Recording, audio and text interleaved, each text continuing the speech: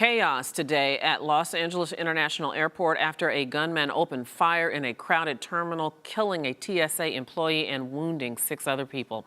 The assault rifle used in the rampage laid on the floor of Terminal 3, which houses American, JetBlue, and Spirit, among other airlines. Colin Campbell is monitoring the situation from Washington, D.C. and joins us with an update. Hi, Colin.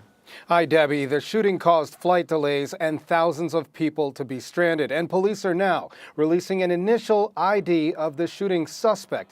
His name is Paul Ciancia, a 23-year-old. Again, this is an initial ID of the suspect. Police say that he fired in several locations in Terminal 3 before police gunned him down. LAX police were not giving the condition of the shooter, but other law enforcement officers say he is now in critical condition.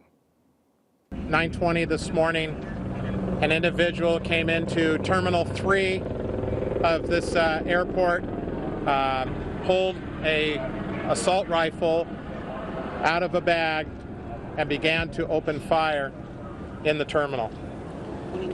He proceeded up into the screening area where TSA screeners are and continued shooting and went past the screeners back into the airport itself.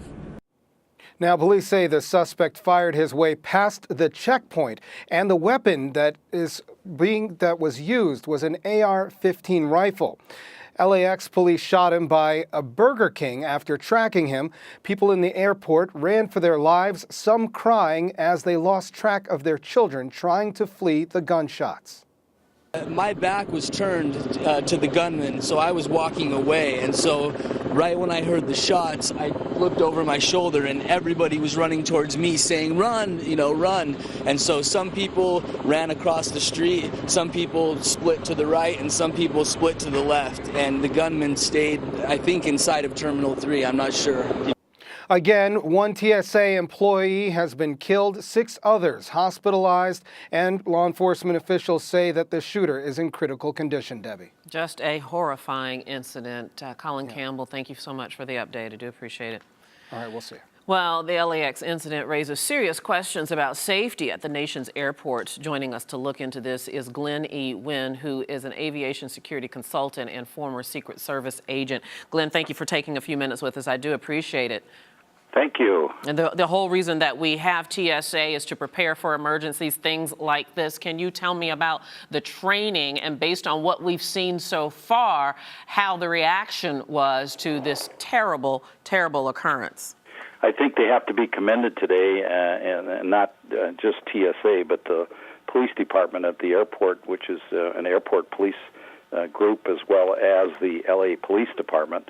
The city police department was involved in this, but actually the suspect was shot by a Los Angeles airport police officer who had cornered the suspect in a gate area next to a very large group of passengers. And one must note that the airport had just completed a training process with all of their officers and the adjoining departments in the immediate area of the LAX complex.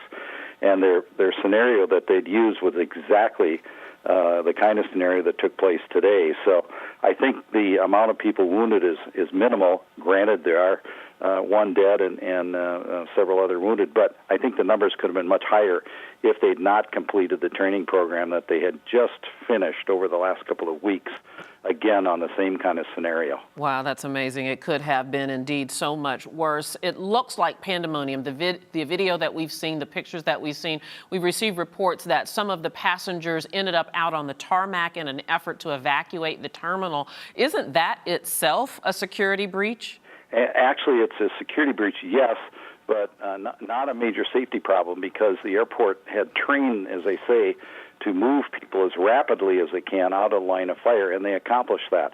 And one has to remember that airport pilots operating in a complex like that, are very highly trained.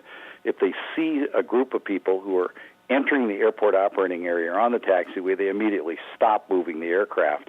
The FAA, of course, tower is looking down on the entire airport, and they've trained their people to order that immediate stoppage. So it's easier in one way, and it's safer to move people out into that area than it is to move them into the streets. in front of the terminal where they could possibly be hit and run over by multiple vehicles, buses, etc., who don't know what's going on in the terminal initially in a situation like this, because it was very rapid. I think the whole incident probably took less than 3 minutes before it was over with. And of course, the whole reason we have these security checkpoints is to keep this kind of violence from happening inside the terminals and, of course, on an airplane, God forbid it be in the air. But of course, our security system as it stands did not prevent this individual from coming into the airport itself. Might this change our security procedures at airports? It's very possible it could change that, and airports always have that plan B in their event that a situation like this develops. Do you see a scenario anytime soon where the security might be moved outside or even off the airport grounds, that you have to clear security before you can even get onto the airport grounds? It's interesting you mention that because, you know, in many airports overseas, particularly in Narita, Japan, for example, you cannot drive a car onto the airport. You have to enter the airport in either a limousine, a taxi, or a bus. And those are all inspected about 1.5 miles from the airport itself. So that's just one example of a major international airport where, in fact, people do have to go through a process of security before they could even get into the airport. Glen E. Winn, we want to thank you so much for taking some time with us. We do appreciate it. Thank you.